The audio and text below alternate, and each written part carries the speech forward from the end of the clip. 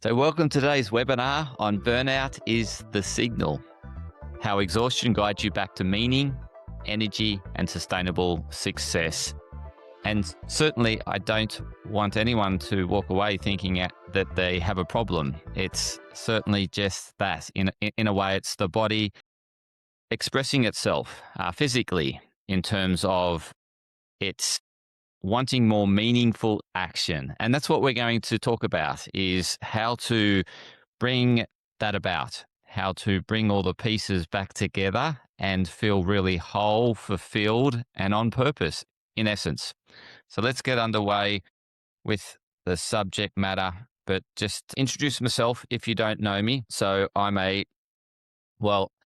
I don't mind what people call me, but in terms of my qualifications, I have a degree in complementary medicine, another degree in nutritional medicine, and a further degree in chemical engineering. So I have a strong desire and a curiosity around science. And so that's what's really led my career, is understanding science and how the world works. And I've always had this underlying curiosity around health, simply because when I was a little kid, I didn't have much health. And so I was always wanting to bring about empowerment back to myself. So I've thought about that journey ever since a little kid, ever since being 5, 6 years old. I've read books, journals, studied degrees, bachelors, and all that sort of things in order to better understand health, better understand science, and better understand how the world works. And that's essentially what I'm sharing with you today, is my insights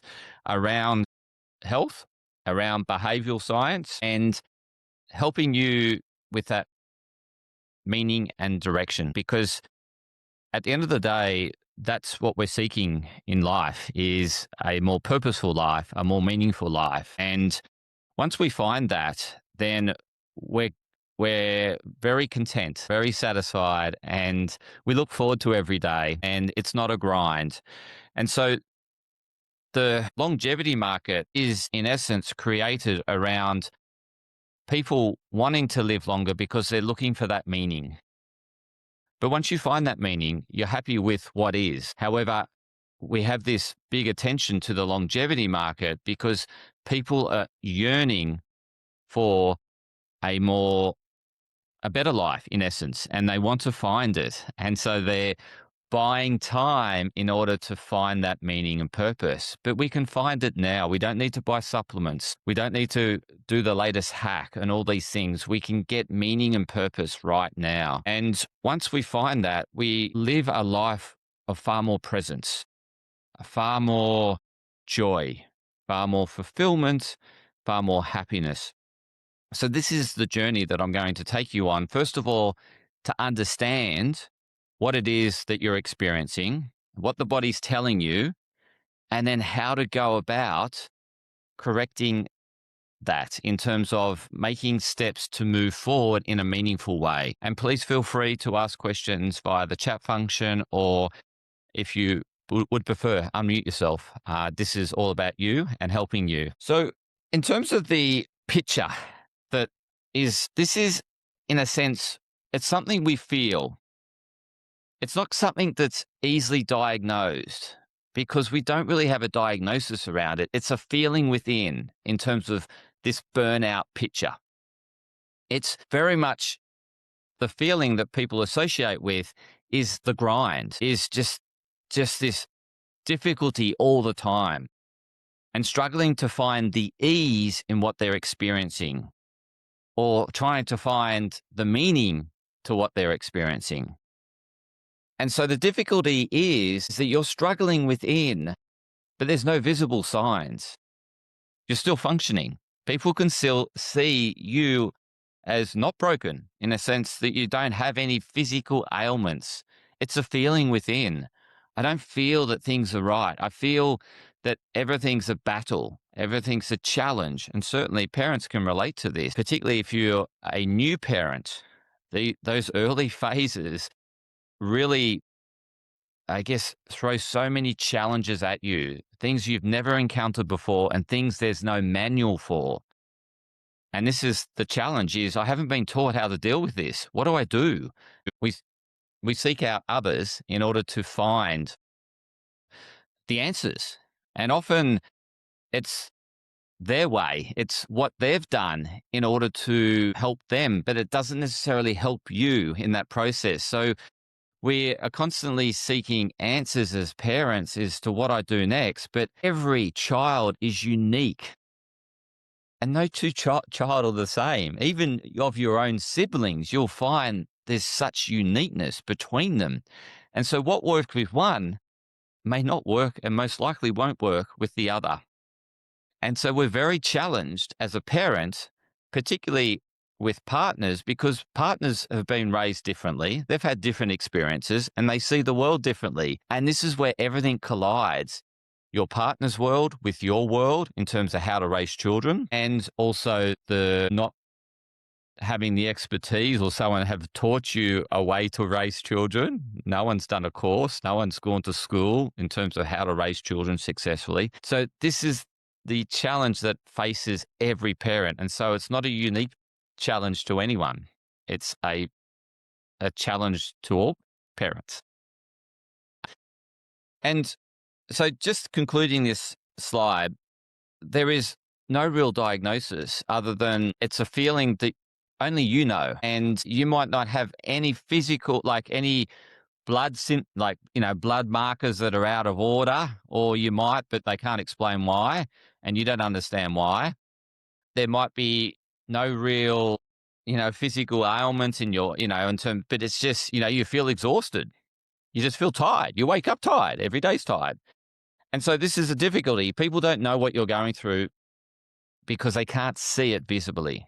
And this is the challenge unless we open up to how we're feeling. And hence why you've come along today to understand more about burnout and what to do about it. So let's get further into the concern and why this happens. I think it's really important that we understand the why, how this happens to us, right? And it's not unique to you. It's a common experience and very common in society because it's all something we have to navigate. And so it's not that no one else is experiencing it. We all experience it at different phases, at different points in our life. And it's often picked up as something else, like as depression, ADHD, anxiety. And so it'll get labeled with something else. But we're not really understanding what's underlying it all. What's causing the depression? What's causing the ADHD? What's causing the anxiety? There's something more to it.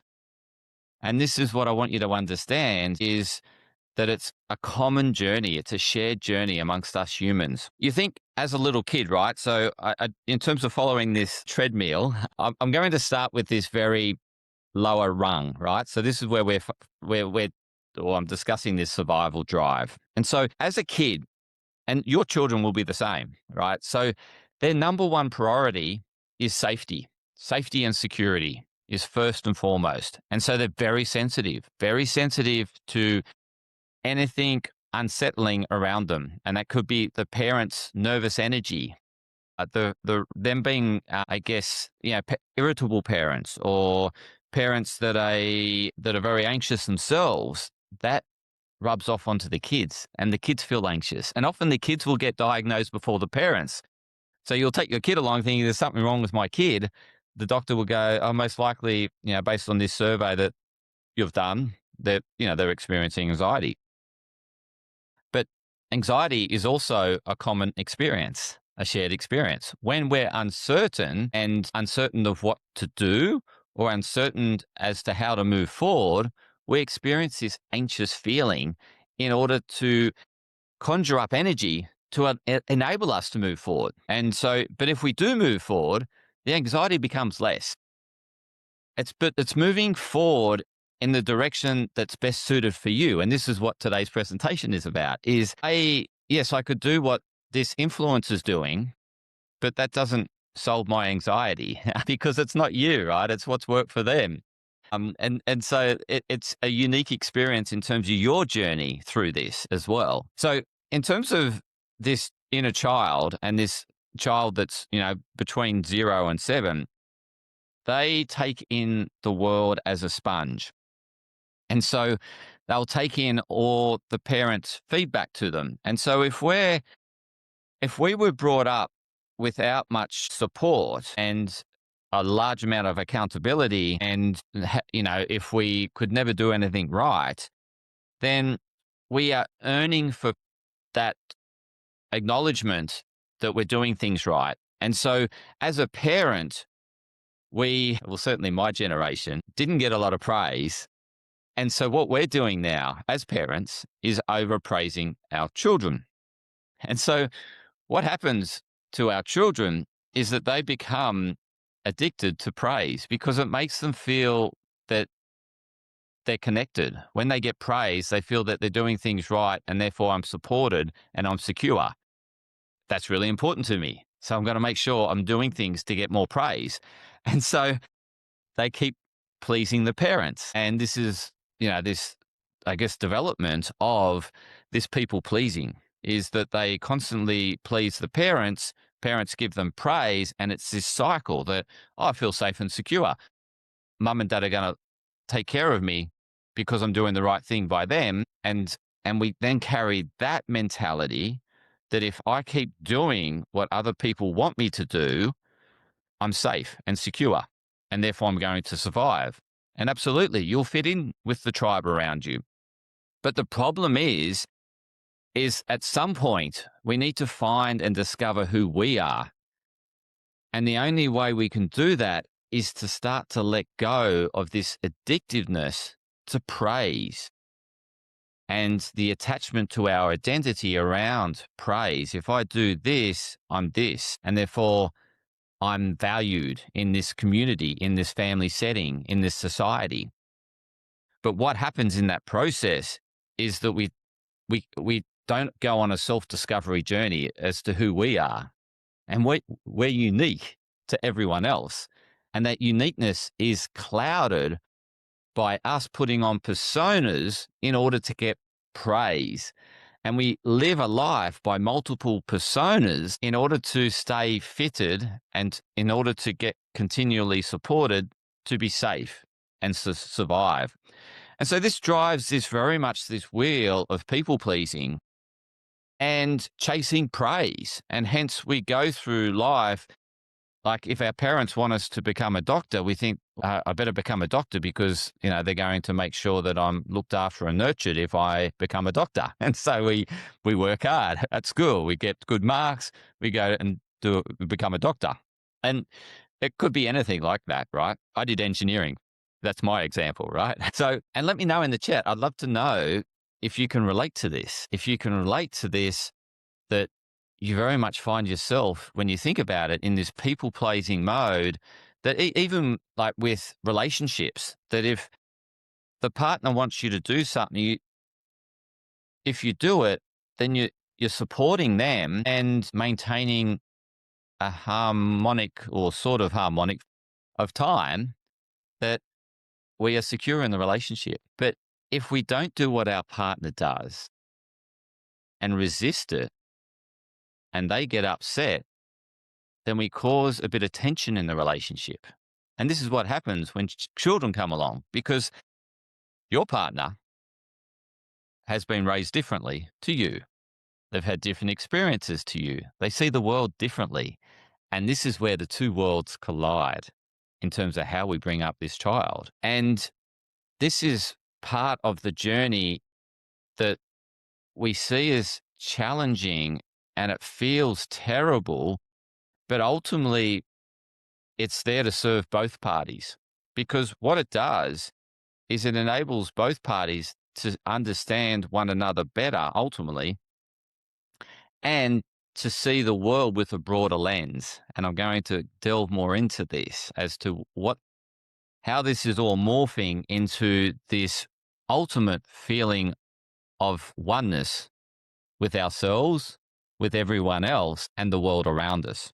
But it's a never-ending journey. Let me get back to the treadmill. I've gone off track. So when we keep this cycle going of, if I people please, if I get, these accomplishments, I'm going to be valued. And therefore, if I'm valued, I'm accepted by society, I'm accepted by my family, I'm accepted, and I'm going to survive, right? Because I fit in. And so we copy everyone else and we try to be like others in order to, to fulfill this survival mechanism. But the problem is nothing never satisfies us because we get there and then it becomes normalized. And then you think, I still feel empty. I still feel there's something missing. And that missing piece is you being at peace with you being at one with who you are, because you're constantly thinking you're not enough because you're comparing yourself to others and you're thinking, I haven't got what they've got. And so therefore I feel empty. And then you get what they've got, and then you'll focus on something else that you don't have when you compare yourself to someone else, and you'll think, oh, I'm still not enough. And so we go on this constant pursuit of looking for ways to feel something that we perceive is missing within us, but it's not. It's just that we don't understand who we are and we're not acknowledging what's already there. And so we can get off the treadmill if we start to better understand ourselves, reduce the comparison, and go on this journey to understand self. And once we understand self, we better understand others and the world around us. But if we keep ignoring ourselves and stay on the treadmill, what happens is that we feel shattered. We feel in pieces because we're thinking, I haven't achieved what this other person has achieved. I don't seem to have this skill that they've got. I'm not always jovial like this person is. I don't seem to fit in well like this friend of mine does in this setting. And you just feel like you're in pieces. So I just want you to understand what you're going through is common to all humans. It just often gets labeled as something else, such as I mentioned before, three big ones: ADHD, anxiety, or depression. And they're all symptoms of what I'm talking about today. This sense of feeling fractured, scattered everywhere, and not complete, and always feeling like there's something missing. And even when you feel that you've accomplished that next thing, such as you've bought a house, you still feel incomplete. So this is the journey we're about to go on in this presentation. I just want to give you a deep understanding. And so ultimately, what you're experiencing is not that you've failed in life. It's not that you're the only one experiencing it. It's essentially a part of you or parts of you that are just wanting to express themselves. And you've repressed them in order to fit in order to stay in survival mode as a kid needs to. But as you grow older, you become more resourceful, more competent, more skilled, and survival becomes easier. And so you don't need to live in survival anymore. What you're seeking is thriving, and that's beyond survival. And that is ultimately knowing who you are and living a life of who you are and allowing the world to see you, not a persona. So I just want to introduce you to this concept, and don't get too bombarded with the words I'm using here. They're scientific words that you might not come across. But I've reframed it in terms of understanding what you're going through and understanding that it's part of life at the very simplest level that you can't see, right? In terms of, I want you to understand this, and it's not commonly known and it's misunderstood, is that mass and energy cannot be created or destroyed. Okay? It's a big concept. It can only be transformed. And so when you understand, so we are mass and energy, right? Our spirit is the energy that resides within us, and our physical body is the mass. And what happens is that everything in life, everything around us is in a constant state of transformation. It's not static. We may perceive it as static, but we just don't have the ability, our sensory awareness cannot perceive the transformation. But everything is changing around us. And life is all about adaptation. to the change around us. The problem is when we attach to identities, attach to labels, and attach to personas, we get stagnant, and we're not allowing the becoming in terms of the transformation. And so the evolvement of you, because you're attached to the old identity or you're attached to the current identity, and you're not allowing the evolution of you. And so the point of this is realizing that the world around you is in a constant state of flux, change. Nothing stands still. And that if you are wanting things to stand still, then you're only going to be frustrated. If you're wanting that identity to remain and you feel that identity is leaving you, and this happens to parents that identify themselves or have a strong identity to being a parent, when their kids leave them, they then have a loss of identity. It's the same as the person who has an attachment to their title in their career, and all of a sudden they're made redundant and they don't have that title anymore. They can no longer say that I'm the CEO of such an organization because they've been made redundant. And so then they come back totally lost. Who am I then? And so this is something, once you understand that you're always in a constant state of transformation, the only way to live life is through detachment. And it's a big concept and it's challenging. And it's, I think, the best thing as a parent, because when you can stop controlling things that are certainly out of your control, then parenting becomes easier. So the difficult thing about parenting is that we become very, I guess, attached to our children's safety. And so therefore everything's a concern for us. And we wrap the children up in cotton wool. They become more dependent upon us. We lose our freedom. That frustrates us because they lack independence.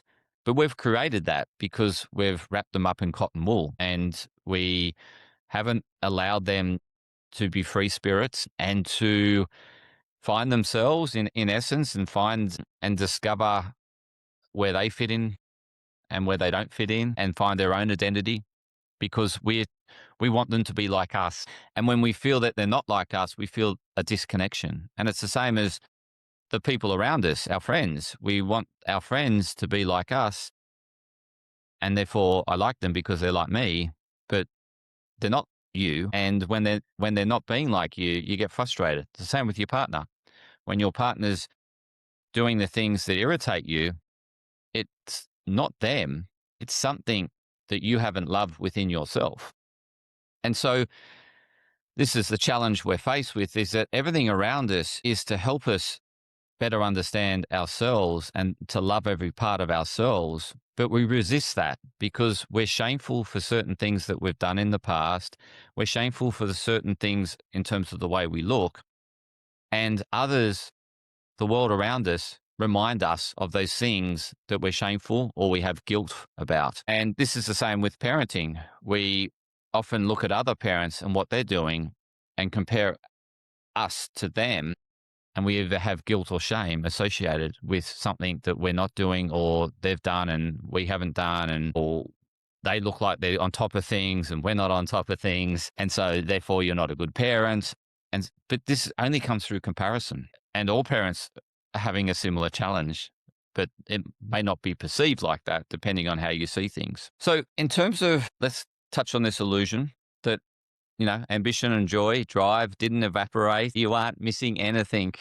Everything's there within you. You're just not acknowledging it and not accepting it for what it is, and not seeing the benefit. If you only see the downside to something, a behavior of yours, or the downside of something that is part of you, that you only see, so for example, if people carry a bit of weight in a certain area, they will only focus on the negatives associated with that.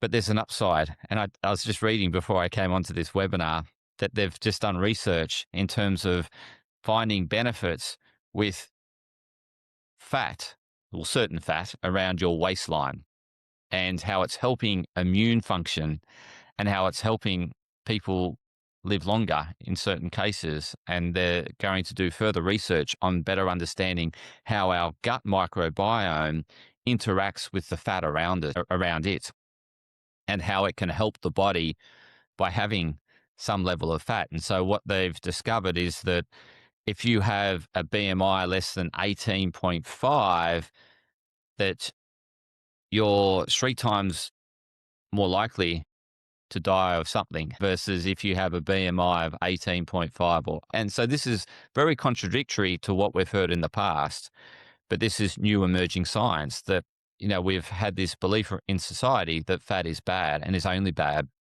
Now we're starting to understand that it's a living organism and that it fulfills functions such as it produces hormones, it stores energy. We've always known it stored energy, but that's what we've only assumed it's done, is stored energy. We now know it produces hormones. It also stores fat-soluble vitamins.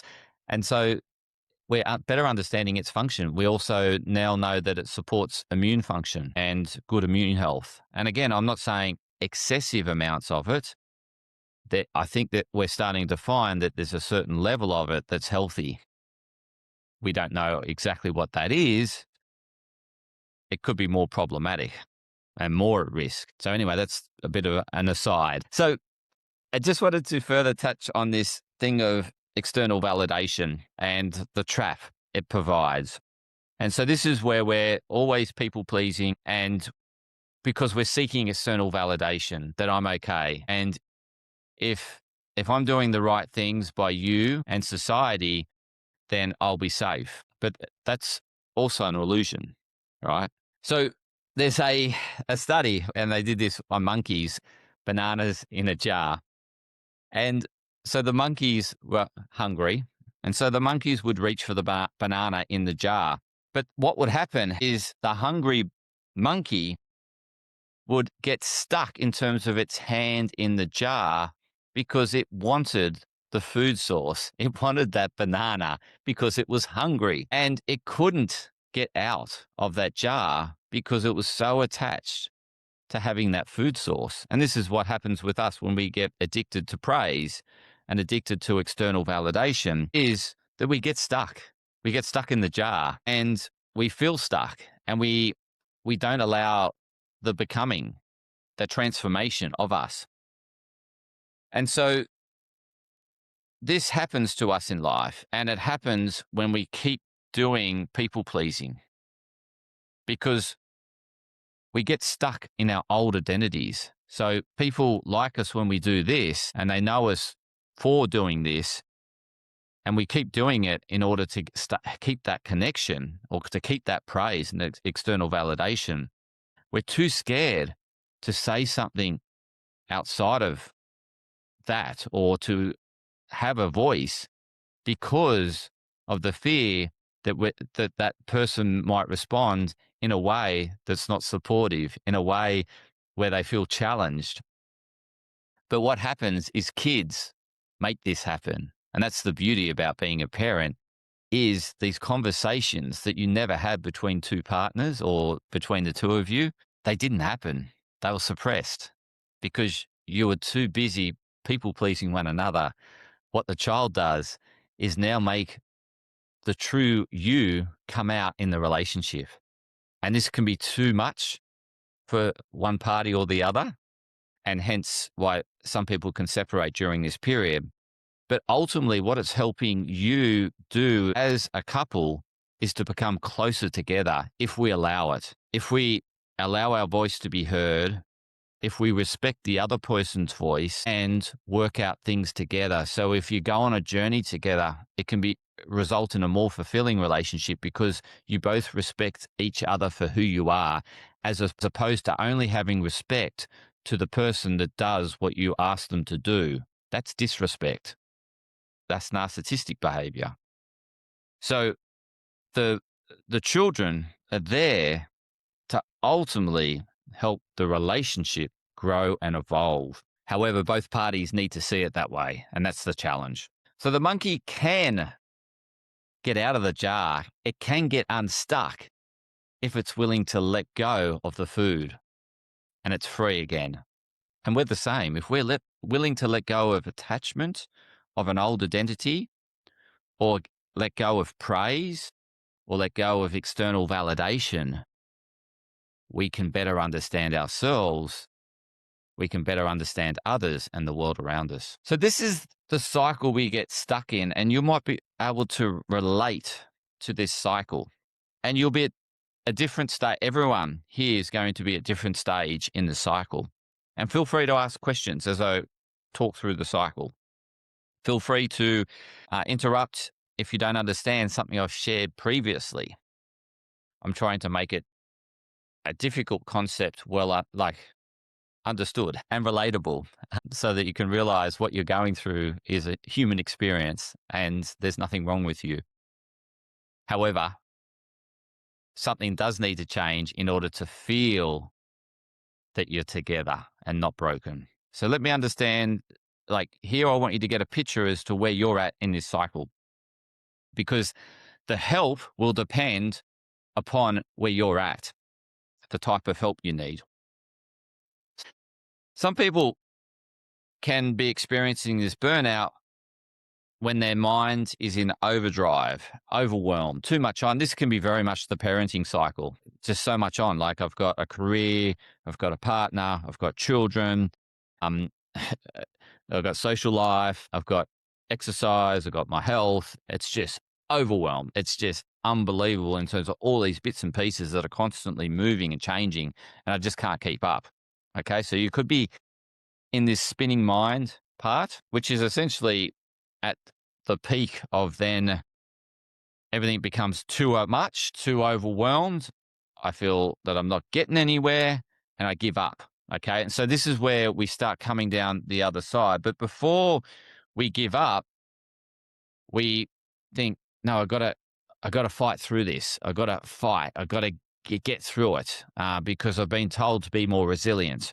I've been told that I'm not, if I give up now, I'm not strong enough. And weakness is a failure. If I give up, it's a failure. If I show that I'm not strong, I'm a failure. And so we endure. We endure through what we're going through only to experience more of it, and nothing changes, right? So the endurer thinks that that's the answer. And so they just think they've got to be more resilient and they just got to do more meditation or more mindfulness. But everything doesn't change around them. Everything keeps persisting.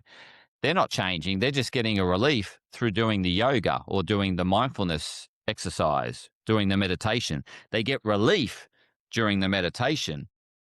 However, once they get out of the meditation, it still feels the same, because really nothing's changed. Yet we haven't changed the way we see the world. We haven't changed the way we see ourselves. Most importantly, we haven't changed the way we see our partner. We haven't changed the way we see our kids. Nothing's changed. And so therefore our behaviors remain the same. If we see the same input, then our way of coping is to keep doing the same output. And so we endure. And we think that's the answer, but it's not. Then what can happen? I'm more looking at not the outer circle in terms of what's happening in terms of the transformation. I'm looking at underneath this wave, right? So, this part, and now here. Now we're here at the stored. So this can be, although this is tough, I'm more comfortable here than speaking up to my partner. I'm more comfortable here than speaking up to my boss. I'm more comfortable here than speaking up to my friends. I'm more comfortable here than speaking up to my children. I just want to keep the status quo. But again, nothing changes. We're just changing the way we respond to things by either not responding or just sitting sort of comfortable and on the borderline of just being constantly frustrated. So you feel safe because you're not stirring the pot and speaking up and speaking out. But what happens is that we can't maintain this. We can't maintain the resilience. We can't just sit in the comfort zone and just be okay, because it ultimately results in us getting flat and not having any energy. And so this is certainly, then we become really frozen. And this is the state of essentially of just doing the bare minimum to get by. Okay. And this can be like, say, here will be diagnosed as anxiety up here, this spinning mind, you'll be diagnosed as anxiety. Down here will be diagnosed with depression. So it depends on where you are in the cycle as to what you get diagnosed with based on these signs and symptoms. Uh, But in essence, what's happening is that you're wanting something better, but you just don't know how to go about it. And the body's wanting hope, the wanting to find the light. It's just that you so attached to the old identity, so attached to the way of things being in order to keep the peace, in order to just get a bit more praise and things might get better, or just thinking that I can resolve this by chasing something. Maybe I just need to win the lottery. Maybe I just need to join or do what's the latest fad? One of the latest fads is that next thing, high rocks. I need to do a high rocks class. That might solve my problem. Or if I, do a cold bath or I jump into a sauna. But again, these are just, or take a supplement. These are all things that are just band-aids that are just going to keep things suppressed. Ultimately, what this is telling you is that the body's wanting to express itself, wanting you to find yourself in order to develop a more authentic connection with everyone around you and the world around you. It's essentially screaming for help. Okay. And so when we constantly keep ignoring this, we feel more shattered, we feel more broken, and we see more of the problems. And so therefore, because we can see more problems because of what we don't have or what we perceive as missing, then it becomes overwhelming. However, this is really the stepping stone into reorientation and the transition. And so why you're here today is you're seeking. I know there's something more to me, and I know that I know I'm so much capable of something greater. And that's exactly why you're here. You wouldn't be here otherwise. So what we are needing to shift is get out of this survival mode and find this thrival. But what we need to do is stop this hustling. But that can be difficult because when you're so broken, once you get a bit of quietness, it becomes scary. And all these things from the past pop up and things that you've dreamt about pop up and you're thinking you're so far away from that dream, but this past I don't like and I wish it would never happen. And so when we're still, we get very unsettled, hence why we avoid stillness and we stay in this running mode. But that ultimately just drives to more burnout. And what we got to get more comfortable with is the stillness, the space of doing nothing in order to better understand ourselves and to be able to grow out, like to grow with where we're at, to transform and allow that transformation to happen. But that's not an easy thing to do in today's society when we're constantly bombarded by the media, the 24-hour a day, seven day a week news cycle of doom and gloom, of everything that's bad. So that's fed to us. Then we get onto social media and then we're just fed everyone's highlight reel. So we just see the best side of everyone and we think, I don't have any of that, and make us feel more empty. And so again, we struggle to find who we are because we're constantly comparing ourselves because of this disconnection from self due to all these external factors. And so it is a matter of spending more time with self and understanding self, but it's allowing things to come up and being able to work through them is the process, as opposed to ignoring them and thinking they'll go away. Because the past event can never change. And the future event you may be dreaming of may never eventuate. And so we don't want to become addicted to chasing something that we're never going to get. And again, that's attachment to something in the future, or the fact that we feel that we want to detach from a past experience that we haven't found the meaning in, because we can't detach until we find the meaning in that past experience.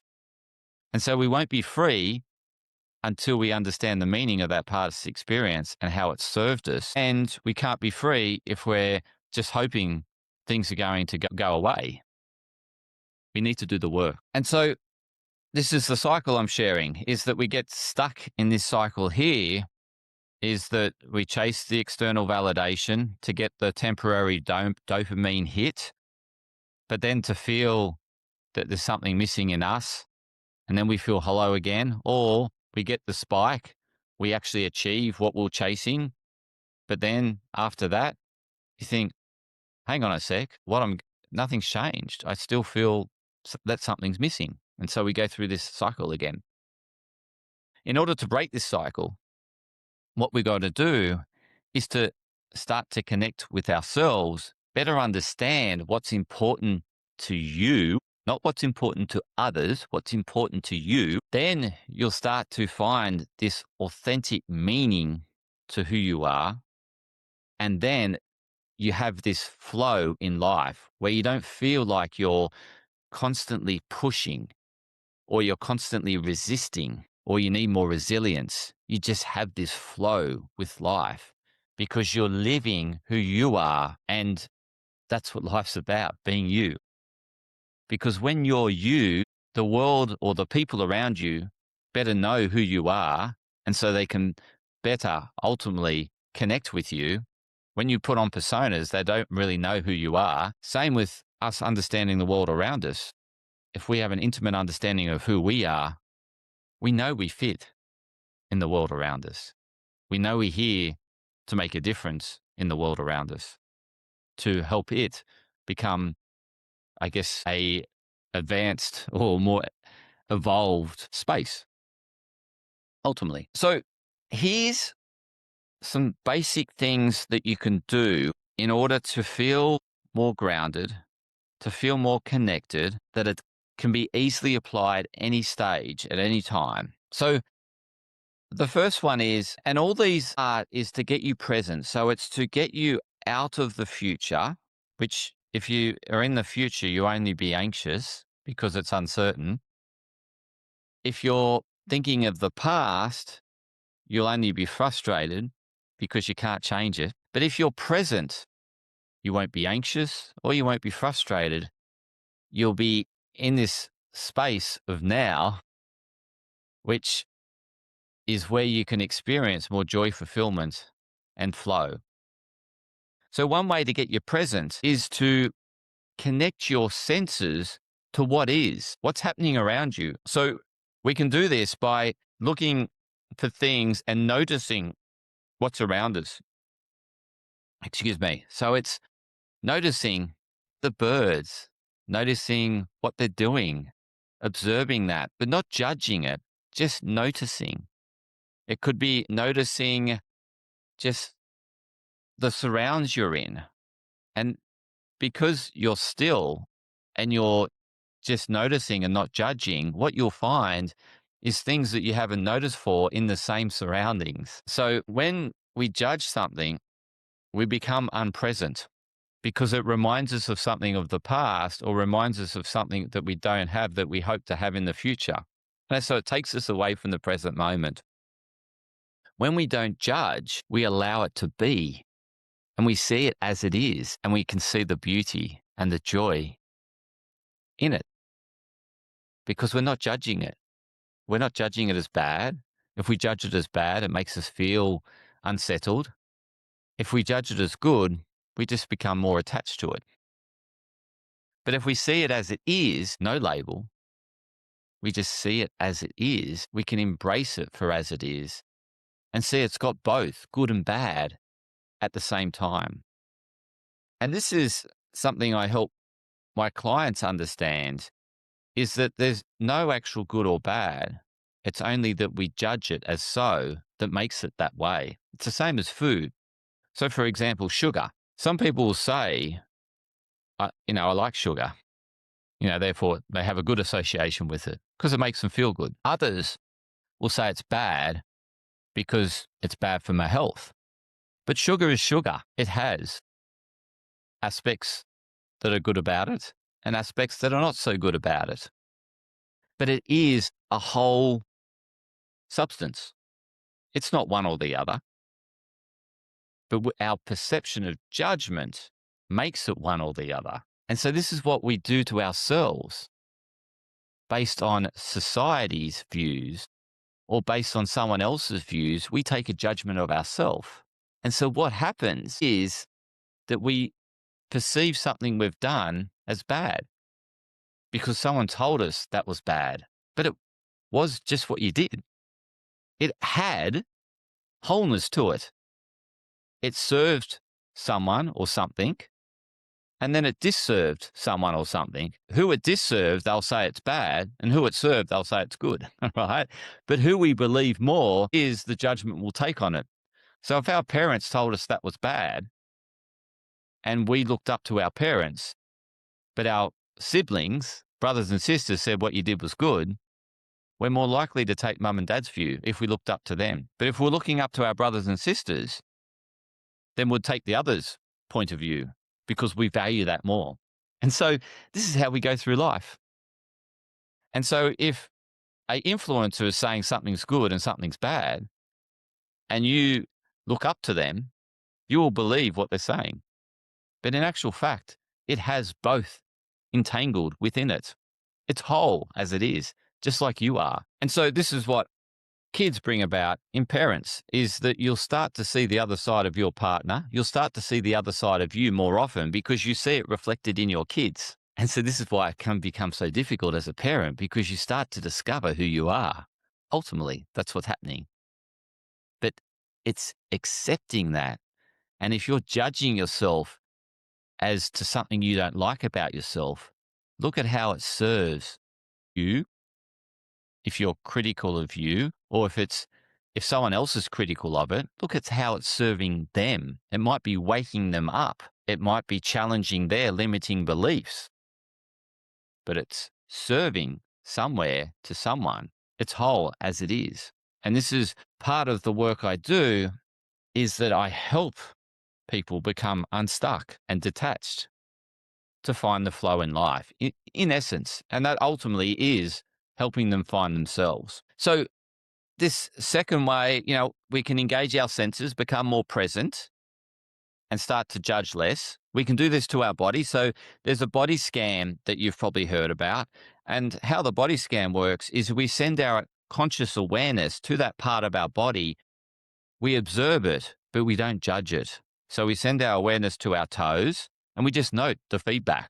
But we're not going to judge it. We're not going to say, oh, I feel tingling in my toes. Oh, that must mean I've got circulation problems. That means I've got some occlusion. That means I've got some blockage. I must be having problems. That's judgment.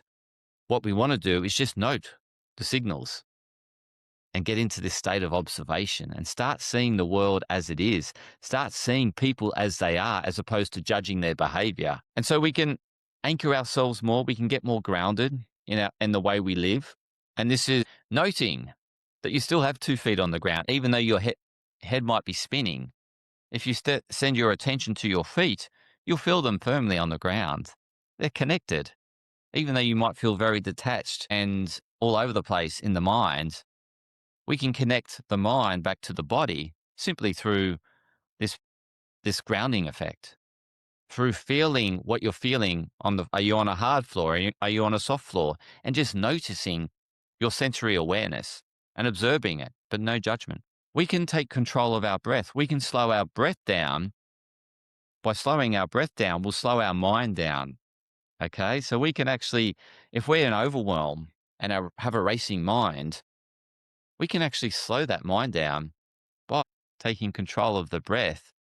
When we take control of the breath and slow it down, we're telling the mind that you're safe. When you allow the mind to take over your body, what happens is, particularly if it's in overwhelm, the heart will start beating faster, you'll start breathing faster, and you feel anxious. But that's a natural response to being scattered, being uncertain. That's a natural response because our body's preparing us to get away from a threat. Typically, when we saw a threat, we'd be very uncertain of our survival. And so, what the body's doing is building up so much resources and make them available so that you can get away from the threat. But in today's world, our threat is deadlines. Our threat are a lot of made up things. I need to be here at such and such a time. Have to be. If I'm not, it's the end of the world. We get anxious, but it's not. You can be late. So what? It's okay. And so by slowing down our breath, what we're doing is changing that psychology, is telling the mind, you must be okay, because when you're safe, you breathe slowly when you're safe. And so if you slow your breathing, the mind picks up you're breathing slowly. You don't need to run away from a tiger, or there's no threat around you. So therefore, I can slow down my racing thoughts. And I think also we get too addicted to completion and ticking boxes because this is that external validation. And so it's okay to have a box unticked. It's okay not to complete something. And particularly what we don't want to be pursuing, well, we don't want to be doing things for the sake of someone else's goal, because what happens is we achieve it, we tick it, and we feel very unfulfilled. You think, is that it? It's because it's not you. That goal wasn't aligned to who you are. And so the only boxes we want to tick is that we're being authentic to ourselves, that we are honoring who you are, or you are honoring who you are. Okay. That's the most important thing. Did you do the things that are most meaningful to you? Or did you do the things that are most meaningful to someone else? If you do the things that are most meaningful to someone else, you'll feel like you got nothing done. And this can happen as a parent. If you do more of the things that are meaningful to you, you'll feel that you're very accomplished in that day. And this is a process, is to start doing less of the things that other people are telling you to do and start doing the things that are important to you. And don't judge yourself for it, because that judgment is coming from someone else who said that that was bad. In terms of one of the blueprints to moving forward is that realizing that the way to move forward is to take action. And so what we think is that I'll press a button and that will make me feel better, or I will take this or do this and it's just going to make me feel better. And you will get some temporary relief. But as life is, that it's in constant state of transformation, it's in waves, right? And so we got to accept that life is in a wave form. And so there's going to be times where you have momentum and you're feeling great and that you feel that things are aligned around you. And there'll be times where you feel there's no momentum and that everything's against you. But that's life. And so the more we can see life as it is, as opposed to just thinking, oh, it's a constant trough, it's not. The only way to move through the trough is to better understand what's going on around you and better understanding what is causing you to perceive life as you're seeing it, but you're not seeing it as it is, and therefore you're judging it as bad. When you better understand this through the process of, could be journaling, for example, you'll be able to work through it as to what's going on and that it's not all bad, that what's happening around you is helping you to actually move forward and to grow and develop. And so I'll give you an example. It's like we're in an economic cycle that's not great at the moment, right? And so we feel that everything's against us in terms of financial, right? Everything costs a lot, right? Everything's expensive. But that's not just bad, that process of things being expensive. It's just a moment in time. It's just part of the cycle. But what it does is it starts you to think about how you spend your money, and you start to spend it on things that are more important to you, as opposed to wasting money, in essence. So when things are good and money's easy to come by, the peak, we do get a bit frivolous in the way we spend it. And if we take that into the trough of the cycle, that behavior, then that's what causes us to get into problems.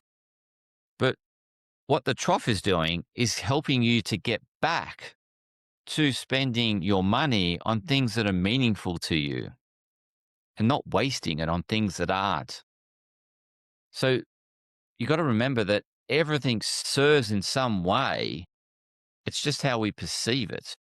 And so if we can broaden our perceptions to seeing the wholeness, then we can see it as it is and just realize where we're at and just think that's part of life as opposed to judging it. And so this brings me to the concept. Another way to share this principle is this whole thing of bitter and sweet, right? So we can judge the trough as being bitter and we can judge the top of the wave as being sweet. Everything's going well. I'm on top of the world. However, we can't have the top without the bottom, right? And so the bitter and sweet are actually entangled as part of life, right? And so we can't perceive anything without having a comparison.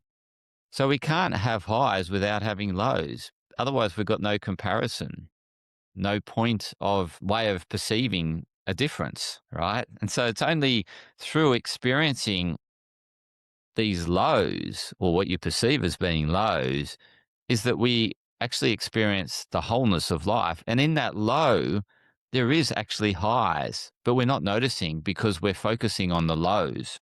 And so, for example, go back to finances.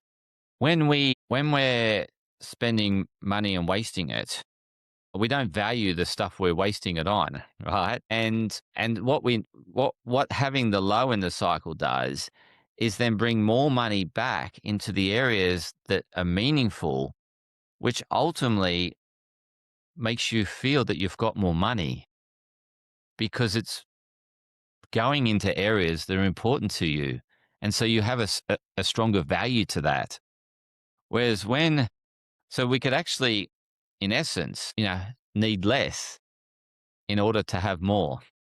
And this is the beauty about every phase, is that even when we're on top of the wave, there are things that aren't so sweet, but it's always entangled. So even on top of the wave, there's things that aren't so good. Because, for example, we can then compare ourselves to others that are on a higher wave and then think, this is not great. But it's because you're normalizing what you have and then you're comparing yourself to someone else and you're looking at what's different. And so we can perceive there's bitterness even on top of the wave, but ultimately it's always entangled as everything is whole and complete. So every moment has bitter and sweetness entangled. Okay. It's just like the apple. The apple's whole, but if we separate the apple, the seeds and the flesh is sweet, but the seeds are bitter. But the whole apple is just an apple. But it's only the judgment and the separation that we create that says that, if I separate it, I have bitter seeds and sweet apple. But they're entangled as an apple. They're no longer an apple when you separate them. And so this is life. Life has everything together in one moment. It's both messy and perfect. Okay. In any given moment, you're confident, but at the same time anxious. Because you think about it, even when you're the most confident, there's a little bit of uncertainty. In every given perfect moment, there's something messy about it. And so when we can see it as whole, that it's perfect and messy, that's when we embrace it for as it is. And that's like every person. There's a side of a person that you like, their behavior that you really love, and there's a side of the behavior you don't like. But but loving them is loving the whole them. It's not trying to separate them as in separation. They can't be separated.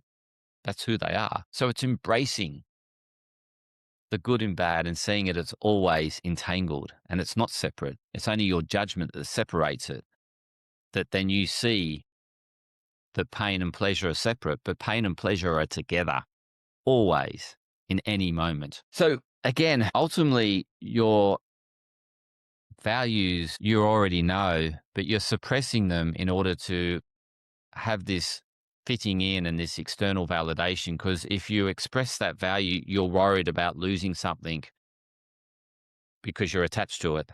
And so our internal compass is always knowing the direction of where we want to go, but we often sabotage it because we put on a persona in order to please someone else or in order to achieve something that we think that will better fit in by achieving it or accomplishing it. Ultimately, it feels unfulfilling because we're not being ourselves. And so the process is ultimately realizing there's nothing missing, and it's finding the blessings in what you perceive as curses, and it's connecting with what you perceived as painful and finding the pleasure.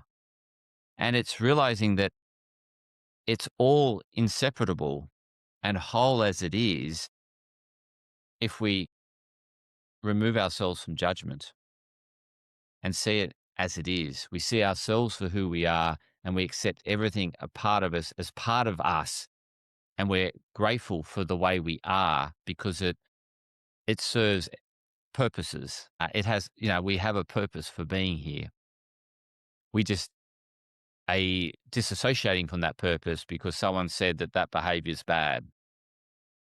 And we need to get more into this being ourselves, speaking up, speaking out, and detaching ourselves from always being the hero or detaching ourselves from the victim and detaching ourselves from the villain, because the villain is we beat ourselves up. When we're a victim, we're trying to attract things. And when we're a hero, we're addicted to this praise. If we can let go of these drama roles that we live in and just be who we are, we get into this state of flow, this state of acceptance, and the state of seeing and the ability to see things as they are and see them as whole. And just acknowledging and respecting everything around us as part of us. And we get this sense of greater connection. So ultimately, this journey is about bracing everything about you and allowing the integration to happen. And don't feel that you're you're in pieces because you're not. You're whole. You're just not seeing it that way. And the work I do helps you see yourself as you are and to be grateful for you as you are. And therefore, you can develop better relationships around you and a better relationship with the world around you. So, some quick hacks, so to speak, not quick, they take time to implement some of these because we've got to change our behaviors. Is if we need energy, right? In order to be able to take that step forward, we need to foster energy. We need to generate energy and direct it in the way that's meaningful. What can help is exposure to more natural light, get more connected with nature, eat food ultimately unprocessed, closest to the origin, embrace people that lift you up and support you. You don't need to hang out with people that are trying to bring you down, but you can see the people that are trying to bring you down are trying to awaken you to something. And so it's looking for that awakening and then seeing that the criticism does serve. It helps you grow ultimately. It helps you to identify those blind spots and to do something about it or to love the parts that are unloved within you. And making sure that we're doing actions each day that are fulfilling to who you are, aligned to you. What we want to do less of is, I guess, the opposite to what I've just shared. Spend less exposure to artificial light, less processed foods, hang out with people that are constantly just wanting to bring us down for the sake of bringing us down. Low priorities. Don't do things that are unfulfilling. Delegate them to someone else and live more present, as I shared earlier. And so ultimately, your step to vitality is to be present. So this is how you can book a free consultation with me. Scan the QR code. Email me if you prefer that, or call me. Here's my mobile number. You can directly call me and I can help you at any stage you're at and to help you get started. If that's all you want me to help you with, I'm here to serve. So, and that's what we do in the free consultation is essentially get you started on your journey. So I really hope you to join. I hope you enjoyed today's session. Really appreciate you coming along. Thank you for joining me. I'll share the recording so you got a copy of the recording. And if you've got any questions, please feel free to reach out. You can book some time with me to get those questions answered and happy to help in any way. So thank you for coming along. Much appreciated.